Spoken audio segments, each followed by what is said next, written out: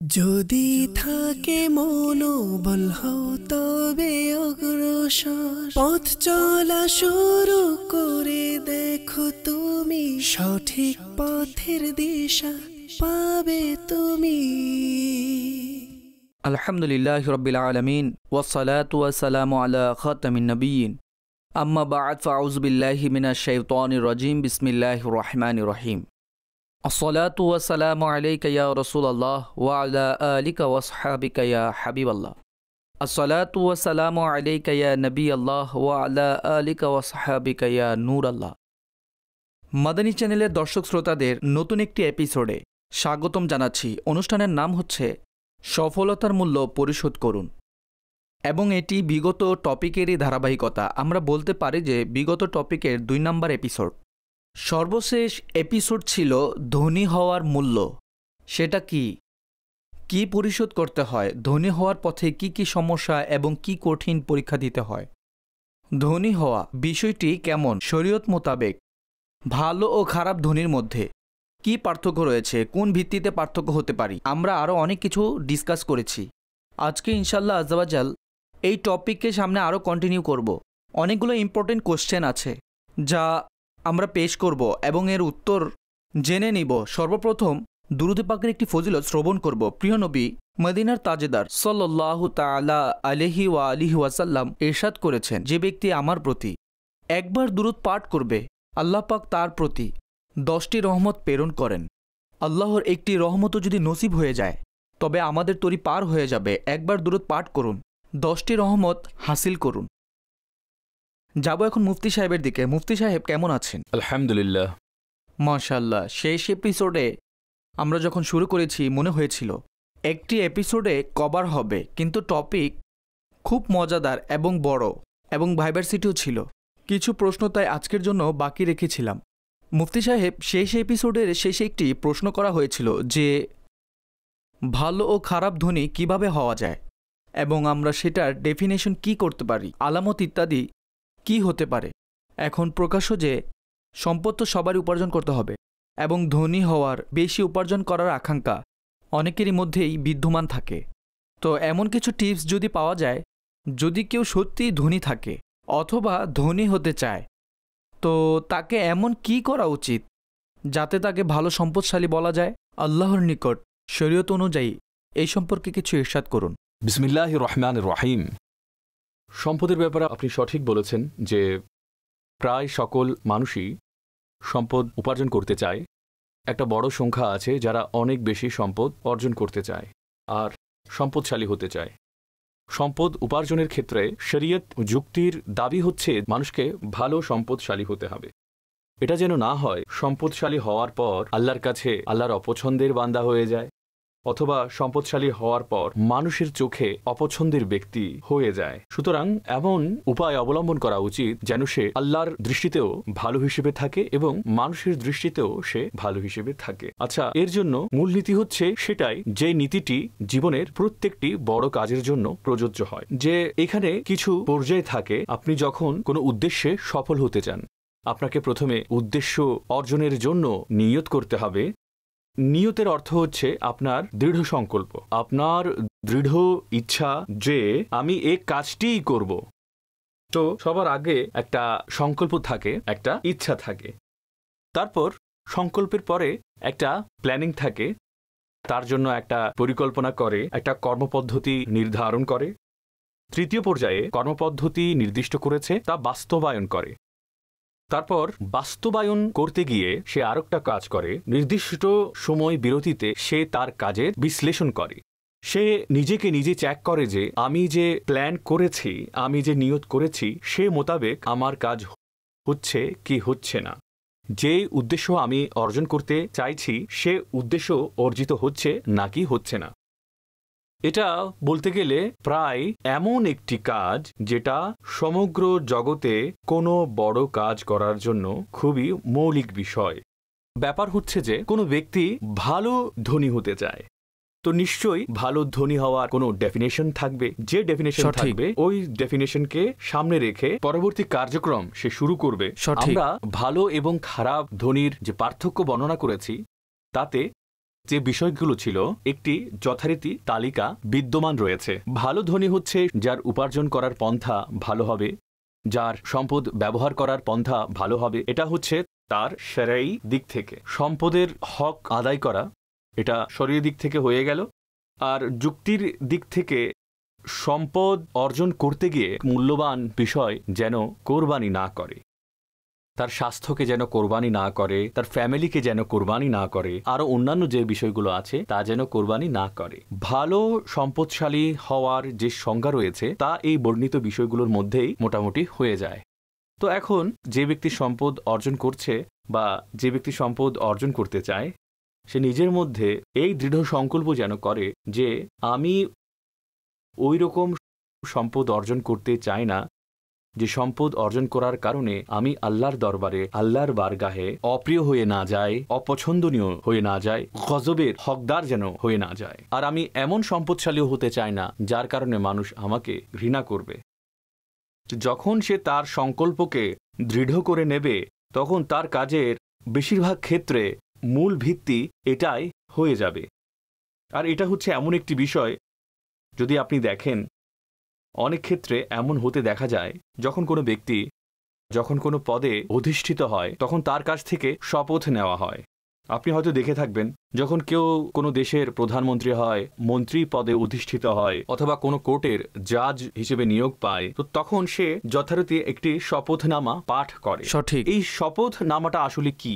এটা হচ্ছে তার অধিষ্ঠিত পদের দায়িত্বগুলো যথাযথভাবে পালন করার দৃঢ় সংকল্প ও প্রতিজ্ঞা, যাকে সে শপথনামা হিসেবে পাঠ করছে যে আমি আমার পদের দায়িত্বকে সম্পূর্ণ দায়িত্বশীলতার সাথে পালন করব, আমি আমার পদের অপব্যবহার করব না, তার সাথে অন্যান্য সম্পর্কিত বিষয়গুলো।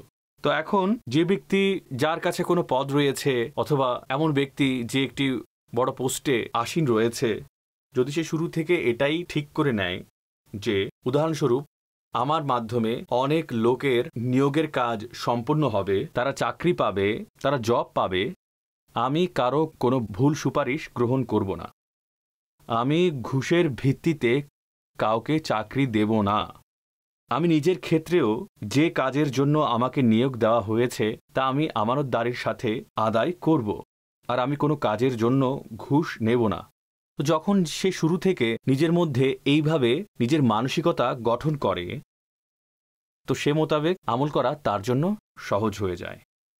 তো সুতরাং এটা হচ্ছে ভালো ধনী হওয়ার জন্য প্রথমে তাকে নিজের সাথে একটা কমিটমেন্ট করতে হবে। মানুষ যখন কমিটমেন্ট করে তখন সে তা পরিপূর্ণ করার জন্য প্রচেষ্টা চালায়। তো এর পরবর্তী স্টেপ চলে আসে যেটা হচ্ছে প্ল্যানিং। আমি সংকল্প করেছি, এখন সেই ইচ্ছাকে পরিপূর্ণ করা, সেই ইচ্ছাকে বাস্তবায়ন করার জন্য প্ল্যানিং করতে হবে। প্ল্যানিংয়ের জন্য কি করতে হবে? সে তার পুরো কর্মপদ্ধতি লিখে ফেলবে। আচ্ছা, যেহেতু আমরা সম্পদশালী ব্যক্তিদের নিয়ে আলোচনা করছি, তখন সেটার কর্মপদ্ধতি এরকম হবে: ভালো সম্পদশালীর বৈশিষ্ট্যগুলো কি কি এবং খারাপ সম্পদশালীর গুণাবলী বৈশিষ্ট্যগুলো কি কি, সেগুলো লিখে ফেলতে হবে। এই উভয়টাকে লিখতে হবে যে এই বৈশিষ্ট্যগুলো আমাকে অর্জন করতে হবে এবং এই ধরনের কাজগুলো থেকে বাঁচতে হবে। এরপর তার সাথে আরেকটি বিষয় থাকে যে কিভাবে এই গুণগুলোকে আত্মস্থ করতে হবে এবং কিভাবে এই বিষয়গুলো থেকে বাঁচতে হবে। সঠিক। ভালো গুণ অর্জন করার ক্ষেত্রে কিছু বিষয় যা শরীয়তের সাথে সংশ্লিষ্ট, তার জন্য ওলামাদের কাছ থেকে গাইডলাইন নেওয়া, তার জন্য ভালো লোকেদের সংস্পর্শে বসা, তার জন্য এমন জায়গায় গমন করা যেখানে গেলে ভালো মাইন্ডসেট তৈরি হবে, তার সম্পদের জন্য শরীয়ভাবে তাকে যতটুকু সতর্ক হতে হয় ততটুকু সতর্কতা সে অবলম্বন করবে। এর জন্য তাকে যেসব শরঈ ইলম রয়েছে এবং তাকওয়া সম্পন্ন লোক রয়েছে তাদের সংস্পর্শ অবলম্বন করতে হবে। দুনিয়াবী দিক থেকে সে নিজের দিকে দৃষ্টি দেবে, ওই সকল লোকেদের দিকে দৃষ্টি দেবে যারা সম্পদ অর্জন করেছেন, তার সাথে তারা দুনিয়ার মানুষের কাছে সম্মানিত এবং নির্ভরযোগ্য ব্যক্তি ছিলেন এবং মানুষের ঘৃণা অপ্রিয় বিষয় থেকে তারা বেঁচে ছিলেন। তো সুতরাং এই বিষয়গুলোকে লিখে ফেলতে হবে অথবা এগুলো কিভাবে অর্জন করতে হবে তা লিখে ফেলতে হবে। তৃতীয় নম্বরে রয়েছে কার্য সম্পাদন। কার্য সম্পাদন তো দুনিয়াতে মানুষ নিজেকেই করতে হয়। লিখে তো যে কেউ দিতে পারে, কিন্তু আমল নিজেকেই করতে হবে। কার্য সম্পাদনও শুরু করে দিতে হবে। তারপর আছে সময়ে সময়ে সেটার হিসেব নেওয়া। যে নিজের জন্য একটা টাইম পিরিয়ড নির্ধারণ করে নেওয়া, প্রত্যেক মাসে, প্রতি 3 মাস পরে, প্রতি 6 মাস পরে আমার নিজেকে দেখতে হবে যে আমার নিজের যে কমিটমেন্ট ছিল আমি তার কতটুকুতে দাঁড়িয়ে আছি। এর একটা সহজ উপায় হচ্ছে এরকম, আর্থিক বিষয়াদির ক্ষেত্রে প্রত্যেক ব্যক্তি তার অডিটের জন্য একটা নির্দিষ্ট ডিউরেশন নির্ধারণ করে রাখে।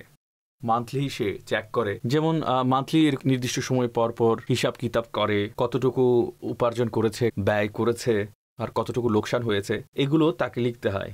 এটা ত্রৈমাসিক হতে পারে, বাৎসরিকও হতে পারে। তো নিজের আর্থিক বিষয় আদিকে 2 মাস পরে, 3 মাস পরে, অথবা 6 মাস পরে, অথবা 1 বছর পরে ভালো মন্দ দেখে। একইভাবে তার সাথে অন্য আরেকটি সংকল্প রয়েছে, তার যে আরেকটি নিয়ত রয়েছে সেটাকে সম্পৃক্ত করে দিতে হবে। চারিত্রিক দিক, নৈতিক প্রেক্ষাপট রয়েছে সেটাকে সম্পৃক্ত করে দিতে হবে, আর সেটাকে এইভাবে সম্পৃক্ত করতে হবে যে যেন তা কম্পালসারি হয়ে যায়, সঠিক, তা যেন আবশ্যিক হয়ে যায়। উদাহরণস্বরূপ কেউ ত্রৈমাসিক হিসেবে তা সংযুক্ত করতে পারে। 3 মাস পর নিজের আত্মবিশ্লেষণ করব।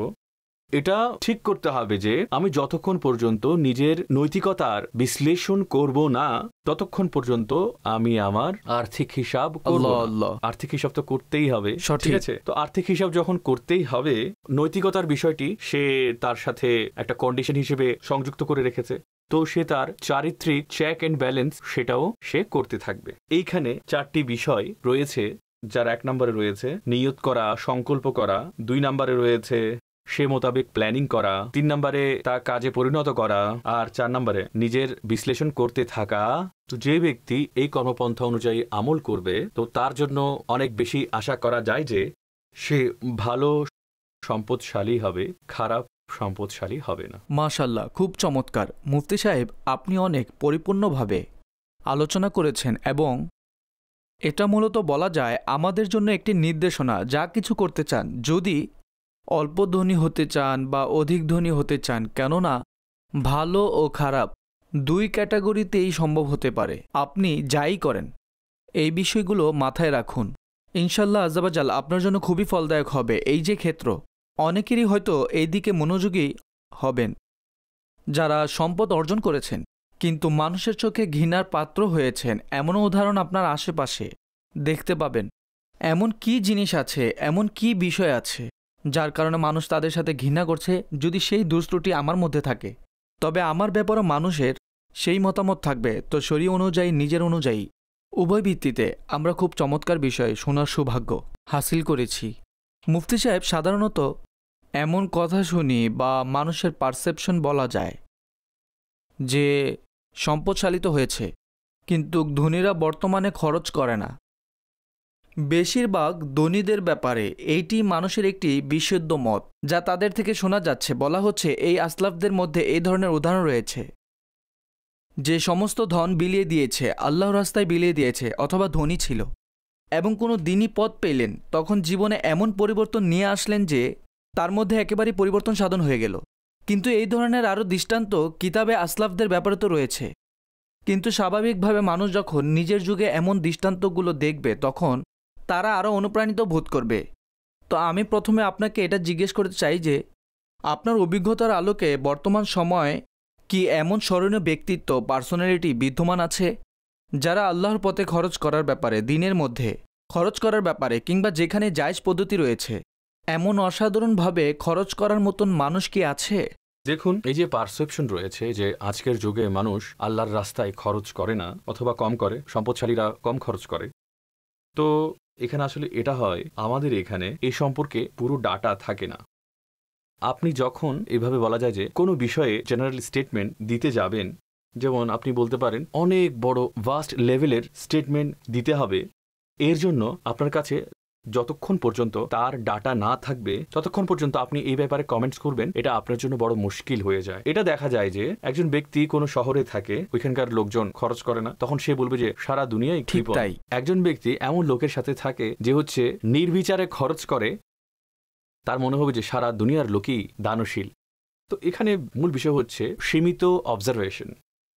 লিমিটেড অবজারভেশনের সাথে যদি কোনো বান্দা কোনো চিন্তা প্রকাশ করে তখন তা ভ্যালিড ঘোষণা করা বড় মুশকিলের বিষয়। আচ্ছা, তারপর এটাও হতে দেখা যায় মানুষের জীবনে ইনফরমেশন বদলাতে থাকে, কখনো তার ইনফরমেশন একরকম হয়। যেমন এই ক্ষেত্রে এটা হতে পারে যে সে তার আগে এমন কোনো এলাকায় ছিল যেখানকার লোকেরা একেবারে খরচই করে না, তারপর সে এমন এলাকায় এসেছে যেখানকার লোক খুব বেশি খরচ করে। প্রথমে সে একটা কথা বলতো, এখন সে আরেকটা কথা বলছে। এর বড় জীবন্ত উদাহরণ হচ্ছে এই, যেমন চট্টগ্রামের অনেক লোকজনকে দেখেছি, সম্পদশালী ব্যক্তি রয়েছেন, তারা খুব বড় পরিমাণে খরচ করে থাকেন, কোটি কোটি টাকা তারা খুব সহজেই খরচ করে ফেলেন আল্লাহর পথে। সহজে তারা খরচ করেন কোনো একটা ভালো কাজের জন্য, মানুষের কল্যাণের জন্য, মানবতার জন্য তারা অনেক বেশি খরচ করেন। বড় বড় কমপ্লেক্স তৈরি করে দেন, বিল্ডিং তৈরি করে দেন। আমি পার্সোনালি এরকম অনেক লোকের নাম জানি। এক এক ব্যক্তি এত অ্যামাউন্ট তারা দান করেছেন, ওই অ্যামাউন্টগুলো যদি ওপেনলি বলা হয় তাহলে মানুষ বিশ্বাস করতেই চাইবে না।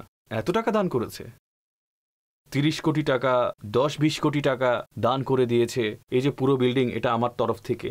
যদি মসজিদ বানাতে হয়, একজনই পুরো মসজিদ বানিয়ে দেয়, মাদ্রাসা বানিয়ে দেয়, একজনই পুরো মাদ্রাসা বানিয়ে দেয়। দুনিয়াতে একটা জায়গায় একটি মসজিদ আছে, আমি তার নাম নিচ্ছি না, কিন্তু আমার মনে আছে ওই সময় যে সেটা যখন নির্মিত হয়েছিল তখন সেটা বাংলাদেশি টাকার হিসেবে প্রায় 2 কোটি টাকা খরচ হয়েছিল মসজিদের জন্য। 2 কোটি টাকা, সেটা আজকের হিসেবে ধরলে 5 কোটি টাকা হয়ে যাবে। একজন ব্যক্তি করেছে, কেবল একজন ব্যক্তি। সে এরকম ছিল না যে দুনিয়ার খুব নাম করা সম্পদশালী ব্যক্তি, কিন্তু এমনও লোক রয়েছে এবং এখনো এমন অনেক মসজিদ রয়েছে, ওটা একজন ব্যক্তি বানিয়ে দেয়। মাটি থেকে শুরু করে যত উপরে পর্যন্ত যায়, সে পুরো মসজিদে একজন ব্যক্তিই বানিয়ে দেয়। যে টাকা খরচ হয় মানুষ শুনলে অবাক হয়ে যায়। আচ্ছা, একইভাবে এতিমখানা, একজন ব্যক্তি তার নিজস্ব অর্থায়নে সেখানে 20-30 কোটি টাকার এতিমখানা সে নিজে বানিয়ে দেয়, নিজেই তৈরি করে। এরকম একইভাবে অনেক হসপিটালস রয়েছে, নিজের পকেটের টাকা দিয়েই হসপিটাল নির্মাণ করা। এমন লোকও বিদ্যমান রয়েছে যারা নিজের সম্পত্তি তার জন্য খরচ করেছে। দুনিয়াতে কোনো সংখ্যা ও হিসাব ব্যতি রেখে মানুষের জন্য খরচ করার মতো লোক বিদ্যমান রয়েছে। মুসলমানদের অমুসলিমদের মধ্যেও রয়েছে, দুই জনগোষ্ঠীর মাঝে এরকম খরচ করার ব্যক্তি বিদ্যমান রয়েছেন। সুতরাং একটা বিষয় হচ্ছে এই, যাই হোক, খরচ করার মতো লোক দুনিয়াতে বিদ্যমান রয়েছে। দ্বিতীয় ক্ষেত্রে বিষয়টি হচ্ছে এই, ওইসব লোকেদেরও কমতি নেই যাদের উপর খরচ করা আবশ্যক কিন্তু তারা খরচ করে না। শরীর দিক থেকে কারো উপর জাকাত ফরজ হয়েছে। এখন জাকাতের অ্যামাউন্টটা এরকম যে কোনো ব্যক্তির কাছে 1 কোটি টাকা আছে, তার জাকাত হবে 2.5 লাখ টাকা, সে দিয়ে ফেলে। যার কাছে আছে 1 বিলিয়ন টাকা, তার সেখানে জাকাত হয় 2.5 কোটি। তো তখন সে এই ব্যাপারে চিন্তা করে, 2.5 কোটি এটা কিভাবে সম্ভব? যার কাছে আছে 40 কোটি টাকা, 40 বিলিয়নে 1 বিলিয়ন হবে তার জাকাত, 40 ভাগের 1 ভাগ জাকাত হয়। তো 40 বিলিয়ন টাকা মালিক আমাদের এখানে খুব কম নয়, কিন্তু সে বলে যে 1 বিলিয়ন টাকা আমি দিয়ে ফেলবো, প্রতি বছর দিতে হবে। তখন তার যে মনোবল সেটা ভেঙে যায়। এই জন্য এই কথাটি আজও বলা হয় যে আমাদের দেশে যদি মানুষ কেবল তার জাকাতটাই পুরোপুরি দেওয়া শুরু করে দেয়, আর সেখানে দেওয়া শুরু করে দেয় যেখানে দেওয়ার হুকুম রয়েছে, তখন হয়তো বাংলাদেশে গরিব কেউ থাকবে না। সঠিক। তখন প্রত্যেক ব্যক্তির চাহিদা খুব সহজেই পূরণ হয়ে যাবে। এর অর্থ দাঁড়াচ্ছে এতগুলো আসলেই দিচ্ছে না। ঠিক আছে, এই ধরনের চিত্র বিদ্যমান রয়েছে। তো এখন বাকি থাকলো আরেকটি বিষয়, নিজের পুরো সম্পদই ব্যয় করে ফেলা। সলফে সালেহিনদের মাঝে এরকম যে উদাহরণগুলো তা এমন নয় যে হাজারে হাজারে রয়েছে, সেই উদাহরণগুলো খুব কম লোকের ক্ষেত্রে রয়েছে, আর খুব বেশি বললে তা অর্ধেকের মতো হবে। তো এই উদাহরণগুলো খুব রেয়ার উদাহরণ, খুব বেশি নয়। আর এই ধরনের উদাহরণ আজকের যুগেও দেখতে পাওয়া যায়। মানুষের কাছে যত টাকা থাকে তা আল্লাহর রাহে সে দান করে দেয়। আর এর মধ্যেও এমন অনেক ঘটনা পড়েছি, এমনকি 1 কোটি টাকার ঘটনা এরকম আমি একটা না অনেকগুলো পড়েছি। 1 বিলিয়ন টাকার সে মালিক এবং সে তার সমস্ত সম্পদ সবগুলোই সে দান করে ফেলেছে, যে কোনো ওয়েলফেয়ারের কাজে, উন্নয়নমূলক কাজে সে ব্যয় করেছে। সে নিজে খুব সাধাসিধে জীবন অবলম্বন করেছে। এই ধরনের উদাহরণ আজকের যুগেও বিদ্যমান রয়েছে, তাও অতটুকু রয়েছে যা আগের যুগে বিদ্যমান ছিল। আজকের যুগেও এই ধরনের উদাহরণ বিদ্যমান রয়েছে। বাকি যা রয়েছে ছোট লেভেলে, একটা থেকে বড় আরেকটা উদাহরণ পাওয়া যায়। দাওয়াত ইসলামের জন্য যারা খরচ করে, ইসলামী ভাই, ইসলামী বোনেরা, যখন টেলিথন হয় উদাহরণগুলো পাওয়া যায় যে কারো কাছে তার যে জমা পুঁজি 10,000 টাকা, 15,000 টাকা তার কোনো কাজের জন্য সে জমা করেছে, এক্সট্রা হচ্ছে ওইটাই, সেটা দিয়ে খাবার খাবে, বাহ, কিন্তু সে ওই অ্যামাউন্টকে আল্লাহর রেজামন্দির জন্য আল্লাহর রাহে দান করে। একইভাবে স্বর্ণের কানের দুল, চুড়ি, টপস, অন্যান্য যে অলংকার রয়েছে তা আল্লাহর রাহে খরচ করার মতো কত ইসলামী বোন দেখতে পাওয়া যায়। এই যে জজবা আর সেই ইমানি উদ্দীপনা আর এই যে আল্লাহর রাহে খরচ করার যে সাহস তাদের রয়েছে, তো সেটা আজকেও অনেক বড় সংখ্যক লোকেদের মাঝে দেখতে পাওয়া যায়। যেখানে ইমান থাকে না সেখানে বলতে পারেন যে সেই গভীরতার মধ্যে অনেক বড় সম্পদ লুকিয়ে থাকে। আগ্রহ, উদ্দীপনার, সাহসের, জান্নাতের কামনার, আল্লাহর সন্তুষ্টির জন্য সবকিছু উৎসর্গ করার, এই যত গুণাবলী রয়েছে যেখানে ঈমান বিদ্যমান থাকবে সেখানে সেগুলো পাওয়া যাবে। সুতরাং আজকের যুগেও এই ধরনের বিষয় আপনি দেখতে পাবেন। মাশাআল্লাহ, খুব চমৎকার মুফতি সাহেব। এবং এই পজিটিভিটির সাথে আমাদেরও আগ্রহ তৈরি হয়। আর যখন এইসব কিছু আছে তো আমি আর আপনি ভেবে দেখি আমরা কোন ক্যাটাগরির মধ্যে রয়েছি। আমি কি তাদের মধ্যে আছি যারা অধিক হারে খরচ করেছে? তাহলে তো খুবই ভালো। এই অবস্থার মধ্যে আল্লাহর এই অনুগ্রহ ও তৌফিকের জন্য আমাদেরকে আল্লাহর শুকরিয়া আদায় করা উচিত এবং এর মধ্যে আরও বৃদ্ধির জন্য, স্থায়িত্বর জন্য দোয়া করুন। আর যদি সেই ক্যাটাগরিতে থাকেন যাদের যত খরচ করা উচিত সাধারণভাবে শরীয়ত ও লজিক অনুসারে, অথচ আপনি করছেন না, তাহলে নিশ্চয়ই আল্লাহর নিকট দোয়া করুন, মাধ্যম অবলম্বন করুন, চেষ্টাও চালিয়ে যান। এমন মানুষের সাথে ওঠা বসা করুন। আমরা বেশিরভাগ এটা দেখেছি যে আপনি যদি কোনো দানশীলের সাথে ওঠা বসা করেন, আপনার ফ্রেন্ড সার্কেল বা নিকটস্থ লোকদের মধ্যে যারা খরচ করে থাকেন, আপনি বিলিভ করুন আপনি নিজেই খরচকারী হয়ে যাবেন। কাজেই কোনো দানশীলের সাথে ওঠা বসা করুন, ধনীর সাথে ওঠা বসা করুন, খরচকারীদের সাথে সংস্পর্শ অবলম্বন করুন, তবেই দেখবেন খুবই সহজে সম্পদ খরচ করা আপনার জন্য ইজি হয়ে যাবে। আল্লাহ পাক আমাদের সকলকে উত্তম তৌফিক দান করুন। মুফতি সাহেব, এই নিয়ে অনেক কথা হয়েছে, অনেক কথাবার্তা হয়েছে। এমন একটি প্রশ্ন তৈরি হচ্ছে, এটা তো অনেক ডাইভার্স বিষয় এবং এতে অনেক শ্রেণী আছে, এখানে অনেক কথা বলা হয়। সাধারণ একটি ব্যাখ্যার শব্দে আমরা যদি বুঝতে চাই, অর্থাৎ একজন মানুষকে কতটুকু ধনী হওয়া উচিত, what is the level or standard, অথবা একটি আইডিয়াল সিচুয়েশন যদি বলি, নিশ্চয়ই বিভিন্ন জনের কারণে পার্থক্য হবে। তবে ডেফিনিশনের ভিত্তিতে বোঝার খাতিরে না আমি অতিরিক্তর দিকে যাচ্ছি এবং না আমি কৃপণতার দিকে যাচ্ছি, এই ক্ষেত্রে কি বলবেন? দেখুন, এর মধ্যে একজন মানুষকে কতটুকু সম্পদশালী হতে হবে। বাহ, আপনি যদি এটা নিয়ে 1000 লোককে প্রশ্ন করেন তো 1000 লোকের পয়েন্ট অফ ভিউ হয়তো বিভিন্ন হবে। জি, হতে পারে। আচ্ছা, সে বিভিন্নতা কতটুকু হবে? সেটা এরকম হবে না যে কেউ বলবে যে বাস কোনো মতে চলতে পারলে হবে। সেটা এরকম হবে যে প্রত্যেক ব্যক্তির চোখে যে সবচেয়ে বেশি ধনবান সে বলবে ওই রকম আমি হতে চাই। এইভাবে বলতে পারেন যে সম্পদ বেশি থেকে বেশি পরিমাণে চাওয়ার প্রকাশ সেখানে পাবে। বিষয় হচ্ছে এই যে সম্পদ কতটুকু হওয়া উচিত এটা একটা বিষয়, আর সম্পদের চাওয়া কতটুকু হওয়া উচিত সেটা আর একটা বিষয়। আচ্ছা, ঠিক আছে, মানে সম্পদ যতটুকু ইচ্ছা থাকুক, লাখ থাকুক, কোটি থাকুক, মিলিয়ন থাকুক, বিলিয়ন থাকুক, তাতে এত সমস্যা নেই। ঠিক আছে, তার থেকে বড় সমস্যা হচ্ছে আকাঙ্ক্ষা করা। আল্লাহ আল্লাহ। সম্পদের আকাঙ্ক্ষার বিষয়টি হচ্ছে এরকম, স্বর্ণের দুটো পাহাড় যদি থাকে মানুষ তৃতীয়টির আশা করবে। সুতরাং মানুষের আকাঙ্ক্ষার কোনো শেষ নেই। এই জন্য সবার আগে আকাঙ্ক্ষাকে নিয়ন্ত্রণ করতে হবে, বাকি যা কিছু আছে সেগুলো তারপরে করতে হবে, একটা বিষয়। আরেকটি বিষয় হচ্ছে যে খোদ সম্পদের হিসেবে এই কথাটা বলা যায় যে মানুষের জীবন এইরকম হওয়া উচিত। অধিকাংশ লোকের হিসেবে জব দেওয়ার চেষ্টা করছি, কারণ স্পেসিফিক ব্যক্তির ক্ষেত্রে হুকুম ভিন্ন হতে পারে। ঠিক আছে, একজন সুফিয়ে বা সফা যদি তিনি একটা প্রশ্ন করেন তো তাকে বলা হবে যে এতটুকু থাকুক যেন প্রাণ বেঁচে থাকে, মরে যেতে যেন না হয়। ঠিক আছে, তাকে এই ধরনের উত্তর দেওয়া হবে। কিন্তু স্পষ্ট বিষয় যে আমরা যখন কথা বলি অধিকাংশের হিসেবে কথা বলার চেষ্টা করি, তো বিষয় হচ্ছে এই সম্পদ এতটুকু থাকা উচিত যা তার দিনকে কোনো ক্ষতি না করে, আর ব্যস্ততা এতটুকু হওয়া উচিত যা তার আখিরাতকে ক্ষতিগ্রস্ত না করে, আর আখিরাতের কাজে এতটুকু ব্যস্ততা থাকা উচিত দুনিয়াকে যেন ক্ষতিগ্রস্ত না করে। এটা হচ্ছে মধ্যম পন্থা। আর এই মধ্যম পন্থার বিষয়টা খোদ নবী করিম সাল্লাল্লাহু তাআলা আলাইহি ওয়াসাল্লাম শিখিয়েছেন। যে কিছু সাহাবায়ে কেরাম বললেন যে আমাদের ইচ্ছা হচ্ছে যে পুরো জীবন সমস্ত রাত জাগ্রত হয়ে ইবাদত করব আর দিনের বেলায় আমরা রোজা রাখব। তো নবী পাক সাল্লাল্লাহু তাআলা আলাইহি ওয়াসাল্লাম ইরশাদ করলেন, তোমাদের নফসেরও তোমাদের উপর হক রয়েছে, তোমাদের পরিবারের লোকজনেরও হক রয়েছে।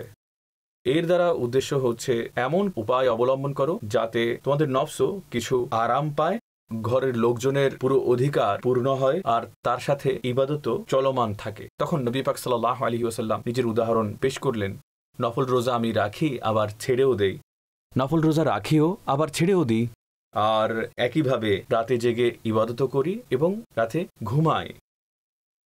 আর আমি বিবাহও করেছি, আর এই ধরনের জীবনের সেটার বিষয়াদিও চলমান রয়েছে। তো এটা হচ্ছে মধ্যমপন্থা। আচ্ছা, সম্পদের আধিক্য যেহেতু অধিকাংশ ক্ষেত্রে মানুষকে উদাসীনতায় নিমজ্জিত করে, এজন্য সম্পদের উপর একটু সীমাবদ্ধতা আরোপ করা হয়। বলা হয় বেশি সম্পদ বেশি বিপদ, বেশি সম্পদ বেশি লালসা, বেশি সম্পদ বেশি গাফেলতি। তো এই জন্য এই বিষয়ে অধিক আলোচনা করা হয়। হযরতে আব্দুল্লাহ ইবনে জুবাইর রাদিয়াল্লাহু তাআলা আনহু, তার সম্পর্কে যারা তার জিয়ারত করেছেন তারা বলেন যে হযরতে আব্দুল্লাহ বিন জুবাইর রাদিয়াল্লাহু তাআলা আনহু যখন বাজারে ব্যবসা করতেন, ক্রয় বিক্রয় করতেন অথবা ক্রয় করতেন, তো এমন মনে হতো যে তার চেয়ে বড় কোনো ব্যবসায়ী নেই।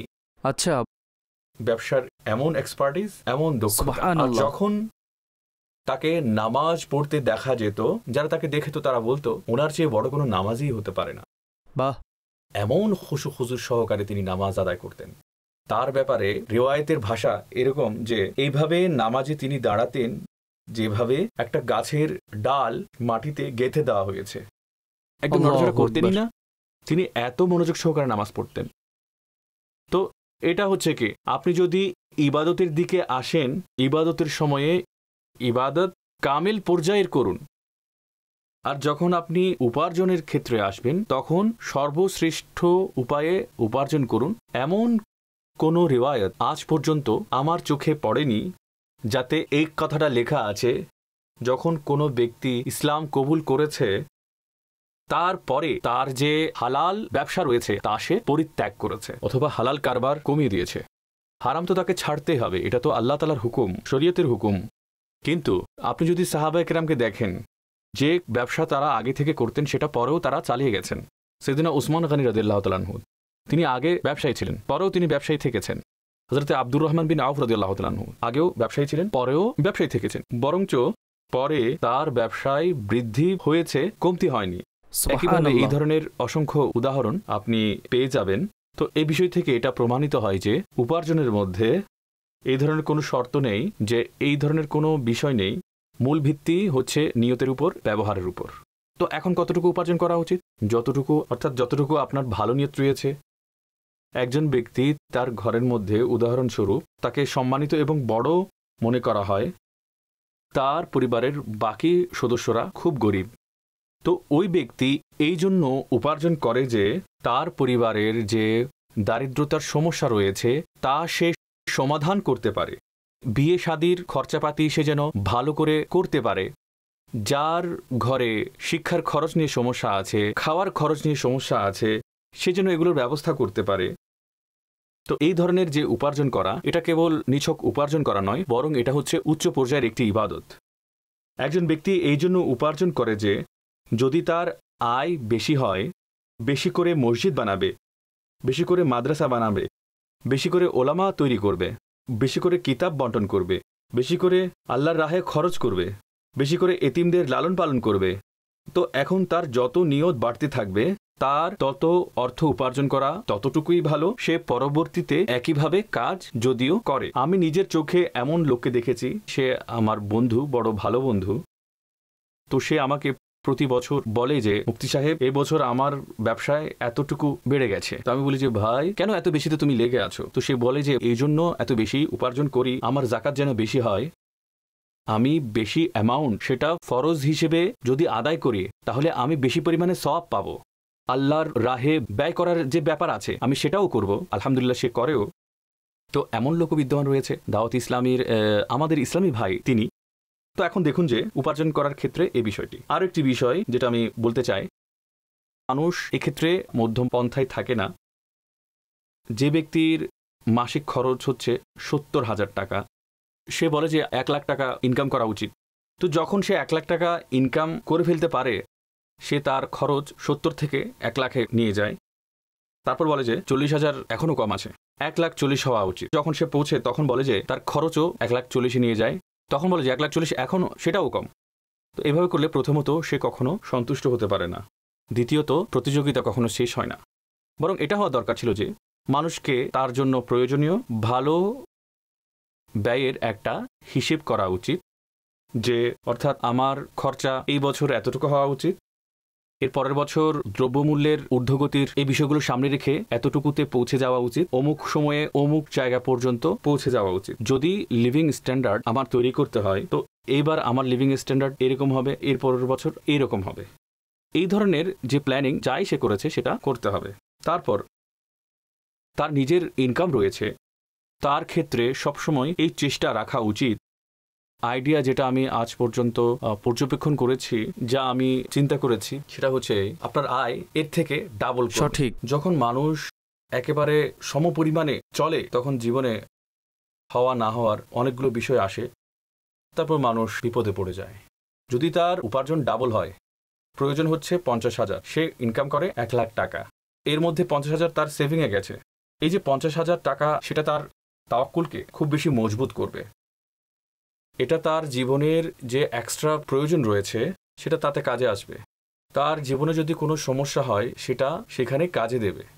মানুষকে, মুমিন নারী অথবা পুরুষকে, হয়তো তার প্রাণ সম্পর্কিত, অথবা তার সন্তান সম্পর্কিত, অথবা তার সম্পদ সম্পর্কিত কোনো না কোনো বিপদ আসতেই থাকে, ইনকাম থাকে। তো এটাকে এইভাবে বলা যায় যে এটা খুবই আইডিয়াল একটা রূপ, আর এটা নিয়ে বান্দাকে সন্তুষ্ট থাকতে হবে। এটা নিয়ে মন যেন সন্তুষ্ট হয়ে যায়, আকাঙ্ক্ষা যেন পূর্ণ হয়ে যায়। ইনকাম এর থেকে আরো 1000 গুণ বেশি হোক, আকাঙ্ক্ষা এতটুকু সীমাবদ্ধ থাকুক। কারণ একজন ব্যক্তির যা প্রয়োজন এবং তার যে সেভিং, যেটা হচ্ছে ভবিষ্যতের কোনো প্রয়োজনের জন্য, এর উপরে যে অ্যামাউন্টটা থাকে, এটা সবসময় মনে রাখবেন যে ওই অ্যামাউন্ট গোনার জন্য থাকে। আমার খরচ যদি 1 লাখ টাকা হয়, আর আমি যদি 2 লাখ টাকা উপার্জন করি, আর আমার কাছে এসে গেছে 1 কোটি টাকা, তো এর উপরে যে 98 লাখ টাকা আছে, এখন সেটা 98 লাখ থেকে 98 কোটি টাকা হয়ে যাক, আমার ভাত ওই রকম থাকবে, তরকারি ওই রকম থাকবে, আমার সবকিছু ওই রকমই থাকবে। এটা হচ্ছে গণনা। ওই গণনার মধ্যে আমার যা মর্জি আমি সন্তুষ্ট হতে থাকবো। কিন্তু যেটা মানুষের অ্যাকচুয়ালি দরকার, সেটা সবার আগে আমার যেটা মাসিক খরচাপাতি আছে, সেটা যেন উপযুক্ত পর্যায়ের থাকে, আর তারপরে ঠিক সেই পরিমাণ অ্যামাউন্ট অতিরিক্ত। কারণ একজন মানুষকে সাধারণত ততটুকুই অ্যামাউন্ট প্রয়োজন হয় যতটুকু সে সাধারণত খরচ করে থাকে। যদি কেউ এইভাবে চলে, তো এটা অনেক বেশি মধ্যম পন্থার উপায় হয়ে যায়। মাশাআল্লাহ, অনেক সুন্দর। আমি মনে করি আপনি যদি এই কথা বারবার শুনেন এবং এগুলো বুঝেন এবং নিজের জীবনে আমল করেন, নিশ্চয় আমাদের অসংখ্য সমস্যার সমাধান হয়ে যাবে। মুফতি সাহেব, সর্বশেষ একটি প্রশ্ন করতে চাই। অবশ্য এর দুটি দিক রয়েছে। নাম্বার 1 হচ্ছে, সাধারণভাবে যেসব গরিব লোক রয়েছে তারা সম্পদশালীদের সম্পর্কে এমন দৃষ্টিভঙ্গি রাখে যে তাদের মধ্যে 2 নাম্বারই বেশি, তাদের সম্পর্কে খারাপ কথাবার্তা বলে থাকে, খারাপ চিন্তা রাখে। প্রথমে এটা বলুন যে আমরা কি এমন কোনো বিভাজন করতে পারি যে 2 নাম্বারই ধনীদের মধ্যে বেশি নাকি গরিবের মধ্যে বেশি, অথবা গরিবরা ধনীদের সম্পর্কে নেগেটিভ ভাবা কেমন? এবং এর আরেকটি দিক হচ্ছে এই যে সাধারণত দুনিয়াবি লেভেলের যে মানুষ আছে, তারা যতই সম্পদশালী হয় তখন মানুষ তাদেরকে অ্যাপ্রিসিয়েট করে থাকে এবং সেটা নিয়ে বলে যে বাহ, কতই সাকসেসফুল পারসন।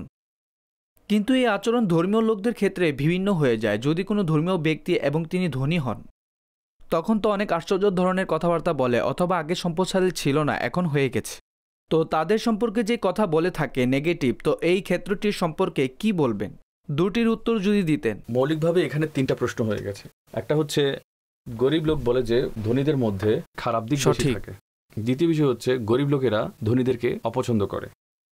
তৃতীয় বিষয় হচ্ছে ধনীদেরকে মানুষ যদি কিছু অ্যাকসেপ্টও করে নেয়, কিন্তু ধর্মীয় ব্যক্তি যদি খুব টাকাওয়ালা হয়ে যায়, বেশি টাকা ইনকাম করে, তখন তাকে অপছন্দ একটু বেশি করে।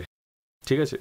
তো প্রথম কথা হচ্ছে এই খারাপ দিক ধনীদের মধ্যে বেশি আছে, এটা হচ্ছে গরিবদের দাবি অথবা কিছু লোকের দাবি। তো প্রকৃতপক্ষে অবস্থা এরকম নয়। মূল বিষয় হচ্ছে এই, আমাদের সমাজ অনেকটা এরকম যে যার মধ্যে খারাপ দিক কম থাকে সেটা এই কারণে কম হয় যে সে সুযোগ কম পেয়ে থাকে। যার মধ্যে খারাপ দিক বেশি এই কারণে খারাপ যে জীবনের সুযোগ বেশি পেয়েছে। অন্যথায় নর্মালি আমরা এটাই দেখি যে কোনো অফিসে আপনি চলে যান, সেখানে সবচেয়ে নিম্ন স্তরের যে কর্মচারী থাকে সে তার হিসেবে ঘুষ নেবে, আর অফিসে যে সবচেয়ে বড় পর্যায়ে আছে সে তার হিসেবে ঘুষ নেবে। তো এটা খুবই পরিষ্কার, যে ছোট পর্যায়ে আছে সে ভাবে যে আমি 500-1000 টাকা পাবো, সে 1 লাখ টাকা ডিমান্ডই করতে পারবে না। সঠিক। আর যে উচ্চ পদে বসে আছে সে বলে যে আমি যদি 1 লাখ টাকা চাই তাহলে আমি 1 লাখ টাকা পাবোই, তো সে তার নিজের ডিমান্ড করে। তো সুতরাং বিষয়টা এরকম নয় যে আজ পর্যন্ত দেখেছি এটাই, নিম্ন পদের যে ব্যক্তি সে নিজের ক্ষমতায় যতটুকু জুলুম করতে পারে, যতটুকু লুটতরাজ করতে পারে সে ততটুকুই ঘুষ নেয়। যে বড় পর্যায়ে আছে সে তার মোতাবেক ঘুষ নেয়। যারা বেঁচে থাকতে চায় সেটাও দুই দিকে আছে, যারা নিম্নপদস্থ আছে তারা বলে যে হারাম খাবো না, আর যে উচ্চপদস্থ আছে সেও খুব আমানতদার। এটাও এরকমই বাস্তবতা, ঠিক আছে। আচ্ছা, একইভাবে ব্যবসায় আপনি দেখেন, আমরা যখন দেখি সবচেয়ে নিচের যে স্তরে রয়েছে, উদাহরণস্বরূপ ভ্যান গাড়িওয়ালা, হকার, ঠিক আছে, ভ্যান গাড়িওয়ালা হকার আমাদের এখানে যতটুকু পরিমাণে ধোকা দেয়, আমার মতে এই যে যারা ফল কেনে, যারা সবজি কেনে, এই ধরনের ছোটোখাটো জিনিস যারা কেনে তাদের সবারই জানা আছে যে তারা কি করে, ঠিক আছে। তারা ধোকাবাজি করবেই করবে, তারা চুরি অবশ্যই করবে। হয়তো যদি 1000-2-1 ভালো পাওয়া যেতে পারে, অন্যথায় খেয়ানত, ধোকা, ভেজাল আর ফ্রড এই সমস্ত বিষয়গুলো সেখানে খুব কমন। দুধ কোথায় খাঁটি পাওয়া যাবে পুরো শহরের লোকজন জানে। এই শহরের 15,000 দোকানের মধ্যে ওই যে অমুক দোকানটাতে ওই লোকের দুধ খাঁটি আছে, ওই একজন ছাড়া বাকি যারা আছে তারা। সঠিক।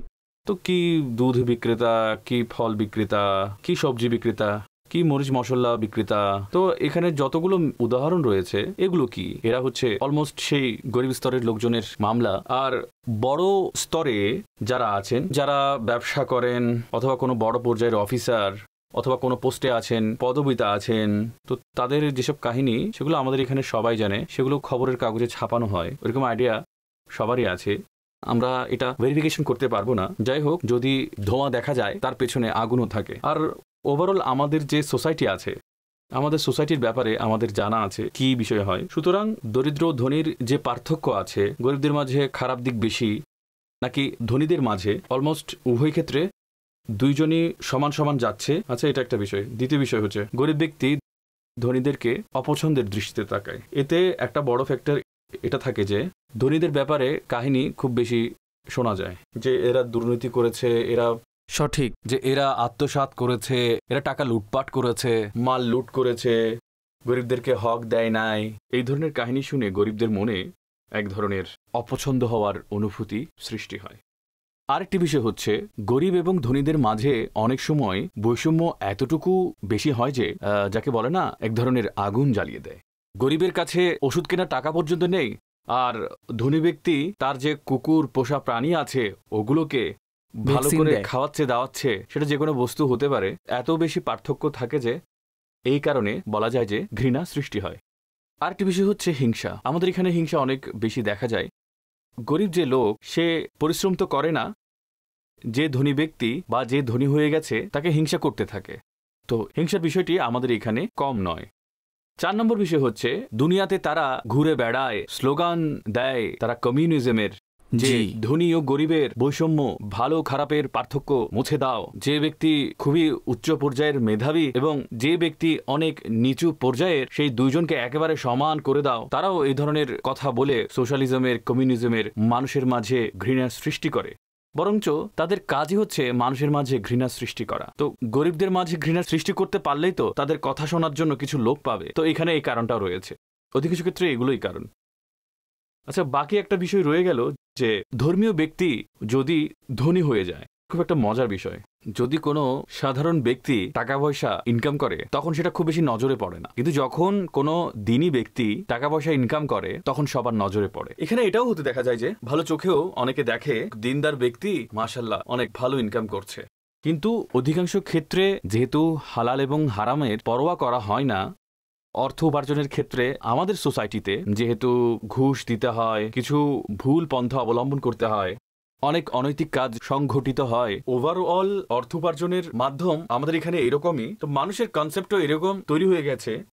তো এখন কোনো দিনী ব্যক্তি উপার্জন করে তখন সে ভাবে প্রসিডিওর তো সেটা একই, এই লোক হয়তো বাকিদের মতো ঘুষ দিয়েছে, বাকিদের মতো শ্রমিকদের হক মেরে দিয়েছে, এও হয়তো বাকিদের মতো গরিবদেরকে শোষণ করে, এও বাকিদের মতো কাজ করে, বাকিদের পন্থায় কাজ করে। তো এই যে ব্যাকগ্রাউন্ডে তার মাইন্ডসেটে একটা কথা গেঁথে আছে, ওই ফর্মুলা সব জায়গায় অ্যাপ্লাই করে। তো এখন যদি দিনী ব্যক্তি টাকা ইনকাম করে তখন তার বেশি কষ্ট লাগে, তখন সে বলে দিনদার ব্যক্তি দাড়ি রেখেছে, পাগড়ি পরেছে, তারপরেও এতগুলো গুনার মাধ্যমে সে টাকা ইনকাম করছে। সাধারণত এই কারণটাই দেখা যায়। আচ্ছা, আরো একটি ইন্টারেস্টিং কারণ আছে, সেটা কি?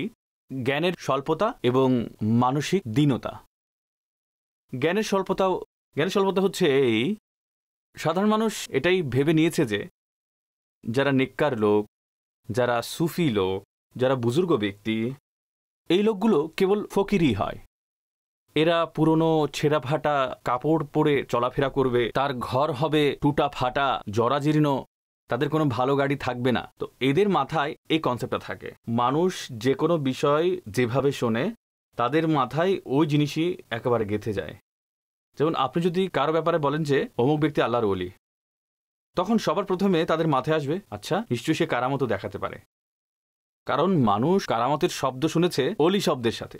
বরঞ্চ এটা আবশ্যক নয় ওলি অলৌকিক বিষয়বস্তু প্রদর্শন করবে, বিষয়টি এরকম নয়। আচ্ছা, এখন কি হয়, মানুষ ঘটনা পড়েছে, হযরতে ওমরে ফারুক রাদিয়াল্লাহু তাআলা আনহু তালি দেওয়া কাপড় পরতেন, হযরতে আলী রাদিয়াল্লাহু তাআলা আনহু এত সাদাসিধে জীবন যাপন করতেন, মাটিতে শুয়ে থাকতেন, তার নাম হয়ে গিয়েছিল আবু তুরাব। সিদ্দিক আকবর রাদিয়াল্লাহু তাআলা আনহুর কেবল এতটুকুই বেতন নির্ধারিত ছিল যে ঘরের অতি প্রয়োজনীয় কাজ চলতে পারে। হযরতে আবু যর গিফারি রাদিয়াল্লাহু তাআলা আনহু বনে বসবাস করতেন। আচ্ছা, এখন এই ধরনের ঘটনাগুলো। আচ্ছা, তারপর বুজুর্গানে দিন, কেউ জঙ্গলে থাকতেন, কেউ পাহাড়ে থাকতেন, গুহায় থাকতেন, কেউ হয়তো বিরান নির্জন স্থানে থাকতেন, কারো ঘর এরকম ছিল যে দাঁড়ালে পুরোপুরি দাঁড়ানো যেত না। তো এখন সে এমন ঘটনাগুলো শুনে শুনে তার মাথায় গেঁথে গেছে যে সত্যিকারের নেককার বান্দা হচ্ছে সেই যে এরকম দারিদ্র্যের যে শিকার হয়েছে। এর কারণে মানসিকতাও বদলে গেছে, রীতি বদলে গেছে। বরঞ্চ এটা হচ্ছে জ্ঞানের কমতি, সেই জ্ঞানের উপর ভিত্তি করে তৈরি হওয়া মানসিকতার কুফল। কারণ যদি সঠিকভাবে জ্ঞান যদি অর্জন করা হতো, সে এটাও জানতে পারত যে উসমানে গনি রাদিয়াল্লাহু তাআলা আনহু কি ছিলেন, যে হযরতে আব্দুল্লাহ বিন আউফ রাদিয়াল্লাহু তাআলা আনহু কি ছিলেন, যে হযরতে তলহা এবং হযরতে জুবাইর রাদিয়াল্লাহু তাআলা আনহুর কাছে কিরকম সম্পদ ছিল, যে হযরতে আনাস রাদিয়াল্লাহু তাআলা আনহু তিনি বসরা শহরে নিজের জন্য একটা প্রাসাদ তৈরি করেছিলেন। সেই আগের কথাই, হালাল সম্পদ মুত্তাকি ব্যক্তির কাছে ততটুকুই ভালো। বরঞ্চ হাদিসে মুবারাকার রিওয়ায়াতের সারমর্ম যে কত উত্তম যে সম্পদ কোনো ভালো লোকের কাছে থাকে, ভালো লোকের কাছে যে সম্পদ থাকে সেটা খুব ভালো। মানুষের কনসেপ্ট এখন এই ধরনের তৈরি হয়ে গেছে। এই জন্য আজকের যুগে আপনি যদি বলেন অমুক একজন বুজুর্গ আছে, বুজুর্গের সাথে দেখা করতে গেলেন, আর আসলেই তিনি খুবই দরিদ্র চেহারা, গরিবী পোশাক, তিনি মস্তক অবনত করে রাখেন, তারপর গায়ের চাদরে ময়লা ছেঁড়া ফাটা জুতা পরে আছেন, আপনি যদি কাউকে সেখানে নিয়ে যান, সে কসম করে বলবে যে এই লোক অবশ্যই অনেক বড় বুজুর্গ। আর আপনি যদি আরেকজন ব্যক্তির কাছে নিয়ে যান যে তার কাছে খুব সুন্দর আলিশান বিল্ডিং আছে, তখন জানতে পারলেন যে তার জন্য অপেক্ষা করতে হবে। কিছুক্ষণ পর তিনি ল্যান্ড ক্রুজার করে আসলেন, সেখানেও দুর্ভাগ্যজনকভাবে তিনি নিজেই ড্রাইভিং করছেন। তার বুজুর্গের ব্যাপারে তখনই ক্রস চিহ্ন দিয়ে দেওয়া হবে, ঘর এত দামি। আচ্ছা, ল্যান্ড ক্রুজারে বসা এটা না হয় বরদাস্ত করা যেত, হ্যাঁ এটা অন্য কারো হতে পারে। এই জালিম নিজের হাতে ড্রাইভিং করছে, সুতরাং সে কোনোভাবেই বুজুর্গ হতে পারে না। এই সঠিক। ধরনের কথাগুলো মানুষের মনের মধ্যে যেভাবে গেঁথে আছে, এগুলো জি। হচ্ছে সেই একই বিষয় যে দিনদার ব্যক্তি সম্পদশালী হওয়ার ব্যাপারে কথা বলার এগুলো হচ্ছে কারণ। নয়তো গওসে পাক রাদিয়াল্লাহু তাআলা আনহু যে পোশাক পরিধান করতেন ওই সময়ের বাদশাহের পোশাকের চাইতে আরো বেশি দামি। আল্লাহু আকবার, অলিদের সর্দার। ঠিক আছে। হযরতে বাহাউদ্দিন জাকারিয়া রহমতুল্লাহি তাআলা আলাইহির কাছে এত পরিমাণে সম্পদ ছিল যে যখন তাতারিরা মুলতান আক্রমণ করল, হামলা থেকে রক্ষা করার জন্য অর্থ দিতে হয়েছিল। ওই সময়ের যে শাসক ছিল তার কাছে টাকা ছিল না কর্জ নেওয়ার জন্য, হযরতে বাহাউদ্দিন জাকারিয়া মুলতানি রহমতুল্লাহ আলাইহির কাছে গমন করে। তো সুবহানাল্লাহ। তখন তিনি ২০ লাখ স্বর্ণ মুদ্রা, তখন যেটা ছিল ২০ লাখ, তা প্রদান করলেন যে একে দিয়ে দাও যাতে লোকজনের কষ্ট না হয়। সুবহানাল্লাহ। বিষয় হচ্ছে মানুষের জানাশোনা যেহেতু ওয়ান সাইডেড হয়, ওই কারণগুলোর উপর ভিত্তি করে তাদের মানসিকতা তৈরি হয়, তো সুতরাং তারা এই ব্যাপারে ওই একই ধরনের চিন্তাগুলো করে থাকে। যখন দ্বীনি মাযহাবী ধর্মীয় ব্যক্তি সম্পদশালী হয় তখন অনেক সন্দেহ শুরু হয়ে যায়। অসাধারণ মুফতি সাহেব, আল্লাহ পাক আপনাকে উত্তম প্রতিদান দান করুন। এবং এটাই হচ্ছে নুরানি ইলম। ইলম নূর অর্থ কি? অর্থ তো এটাই, যা আমাদের জ্ঞানকে উজ্জীবিত করে, অন্ধকারকে দূরীভূত করে, ভুল ধারণা দূর করে। সঠিক ইলম এবং সম্পূর্ণ জ্ঞান থাকা মানুষের জন্য খুবই জরুরি। আল্লাহ পাক আমাদের সবাইকে সঠিক জ্ঞান ও ধারণা রাখার তৌফিক দান করুন, সঠিক ইসলামী ও দ্বীনি তথ্য রাখার। আমরা যেন ভুল দৃষ্টিভঙ্গি থেকে বিরত থাকি, ভুল চিন্তা ধারণা থেকে বাঁচি, কুধারণা থেকে বাঁচি এবং নিজের জীবনকে আরও ব্যালেন্সড অনুযায়ী অতিবাহিত করতে সক্ষম হই। যেন ইনশাআল্লাহ আগামী প্রোগ্রামের এপিসোডে নতুন একটি টপিক থাকবে। অবশ্যই দেখুন, অনেক কিছু শেখার সুযোগ পাবেন। সল্লু আলাল হাবিব সাল্লাল্লাহু তাআলা আলা মুহাম্মদ সাল্লাল্লাহু তাআলা আলাইহি ওয়া আলিহি ওয়াসাল্লাম। যদি থাকে মনোবল হও তবে অগ্রসর, পথ চলা শুরু করে দেখো তুমি, সঠিক পথের দিশা পাবে তুমি।